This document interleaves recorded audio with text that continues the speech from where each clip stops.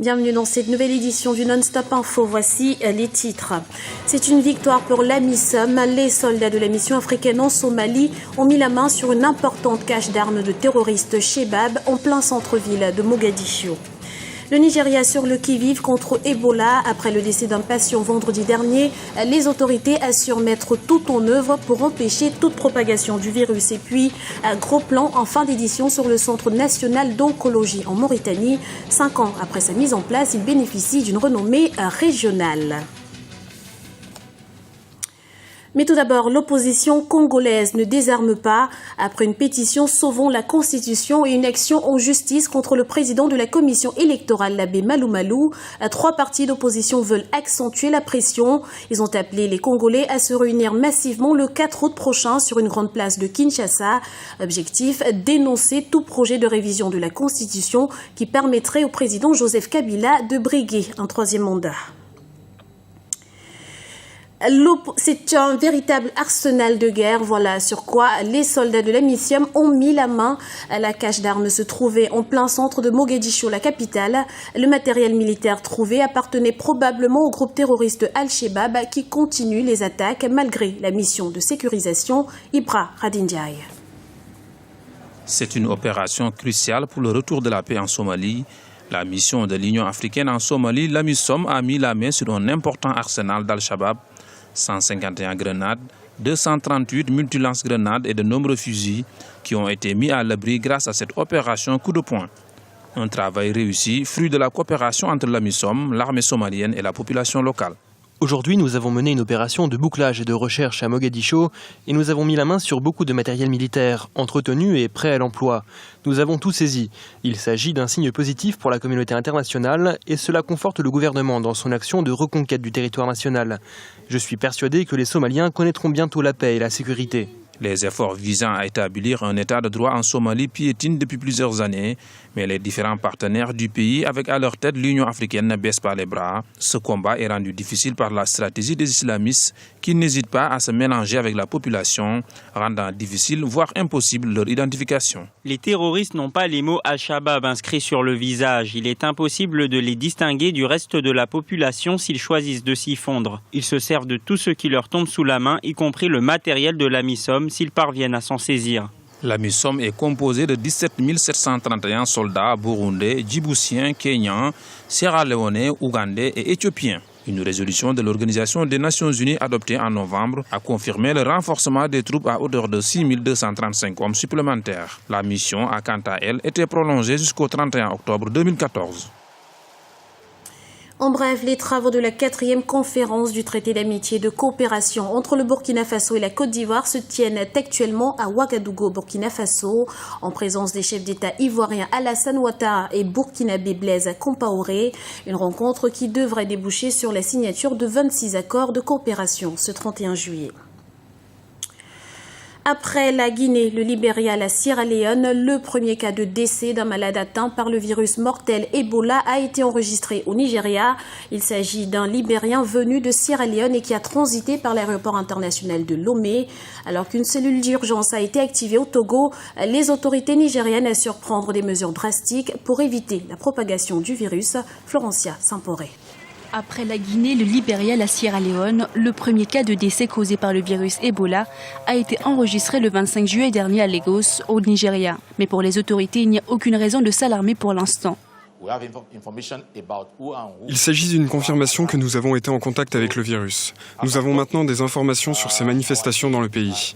Mais à l'heure où je vous parle, nos équipes forment les personnels médicaux et interrogent ceux qui ont été en contact avec le malade pour éviter de propager le virus.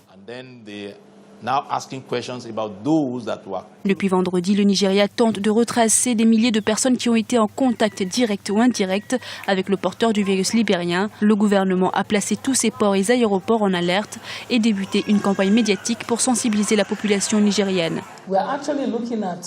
Nous recherchons actuellement plus de 30 000 personnes parce que tous ceux qui ont été en contact avec le patient libérien devraient être traités comme des cas suspects. Mais malgré les mesures prises, les habitants restent nerveux. À Lagos, la ville la plus peuplée de l'Afrique, les populations réclament de meilleures infrastructures et des services de santé pour faire face à l'épidémie.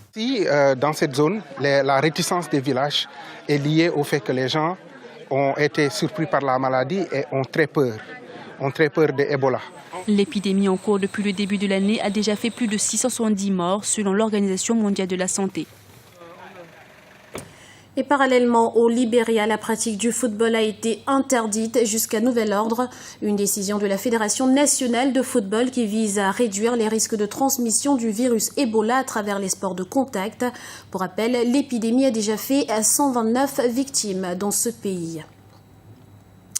En Afrique du Sud, le taux de chômage continue de progresser. Selon les derniers chiffres officiels, il serait actuellement 5 millions à la recherche d'un emploi, soit une hausse de 0,3% par rapport au premier trimestre de l'année 2014.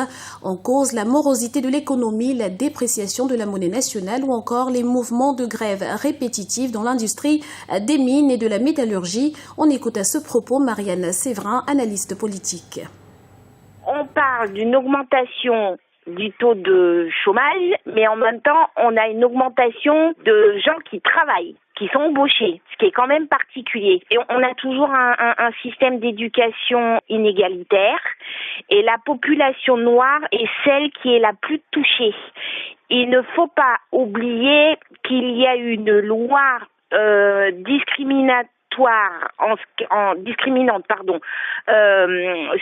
au niveau de l'éducation et de l'enseignement supérieur, et ce qui a fait que ça a donné un grand nombre de gens qui n'ont pas de diplôme. Donc si vous n'avez pas de diplôme, vous ne pouvez pas accéder à des emplois qui demandent une certaine qualification, des compétences, ce qui explique malheureusement ce taux de chômage. En Mauritanie, l'État a mis en place début 2009 un centre national d'oncologie disposant d'une unité de traitement du cancer. Et après 5 années d'exercice, il a gagné en notoriété en Afrique de l'Ouest. Et pour cause, l'Institut dispose d'un matériel à la pointe et prend en charge gratuitement des patients. Un reportage de notre correspondant Franck Anoudofina. Le cancer n'est plus désormais une fatalité en Mauritanie.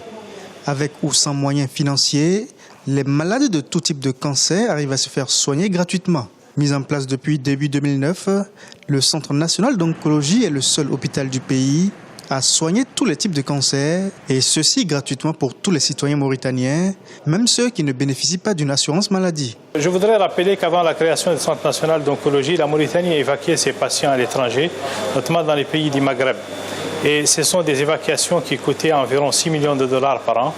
Et depuis la fin de 2008, il a été mis en place un centre national d'oncologie. Et aujourd'hui, nous soignons 1 millier de patients par an atteints de cancer.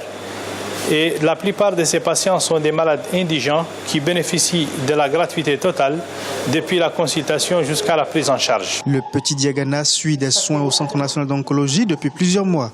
Son évacuation au Maroc n'a pas suffi pour sa guérison. Aujourd'hui, tout semble aller mieux. On est ici depuis 2012 et son état s'améliore. Benina, il a tout fait pour nous. Alhamdulillah, quand on était hospitalisé à l'hôpital national, on a fait 1 semaine là-bas. Après, on est venu ici, on nous a envoyés ici. Aujourd'hui, ça va. Il continue toujours le traitement, ça va, alhamdulillah. Dieu merci beaucoup. Supervisé par l'Agence internationale de l'énergie atomique, le Centre national d'oncologie se lance aujourd'hui vers une nouvelle expérience, celle de la médecine nucléaire. Le Centre national d'oncologie est équipé par un matériel qui lui permet de faire et le volet diagnostique et le volet thérapeutique pour le patient atteint de cancer. Quand on dit volet diagnostique, ça veut dire l'imagerie classique, elle est disponible. La biologie médicale, elle est disponible. L'anatomopathologie, il y a un service d'anatomopathologie qui permet donc de faire donc, le diagnostic et l'immunohistochimie. Et il y a un scanner si jamais le patient il en a besoin. Aujourd'hui, le Centre national d'oncologie dispose d'un personnel spécialisé mauritanien. Des médecins radiothérapeutes et des physiciens médicaux, mais aussi des techniciens capables d'assurer les soins. Ce journal a été réalisé par l'ensemble de la rédaction. Nous vous remercions pour votre fidélité. Et dans un instant, une nouvelle édition du Non-Stop Info sur Africa 24.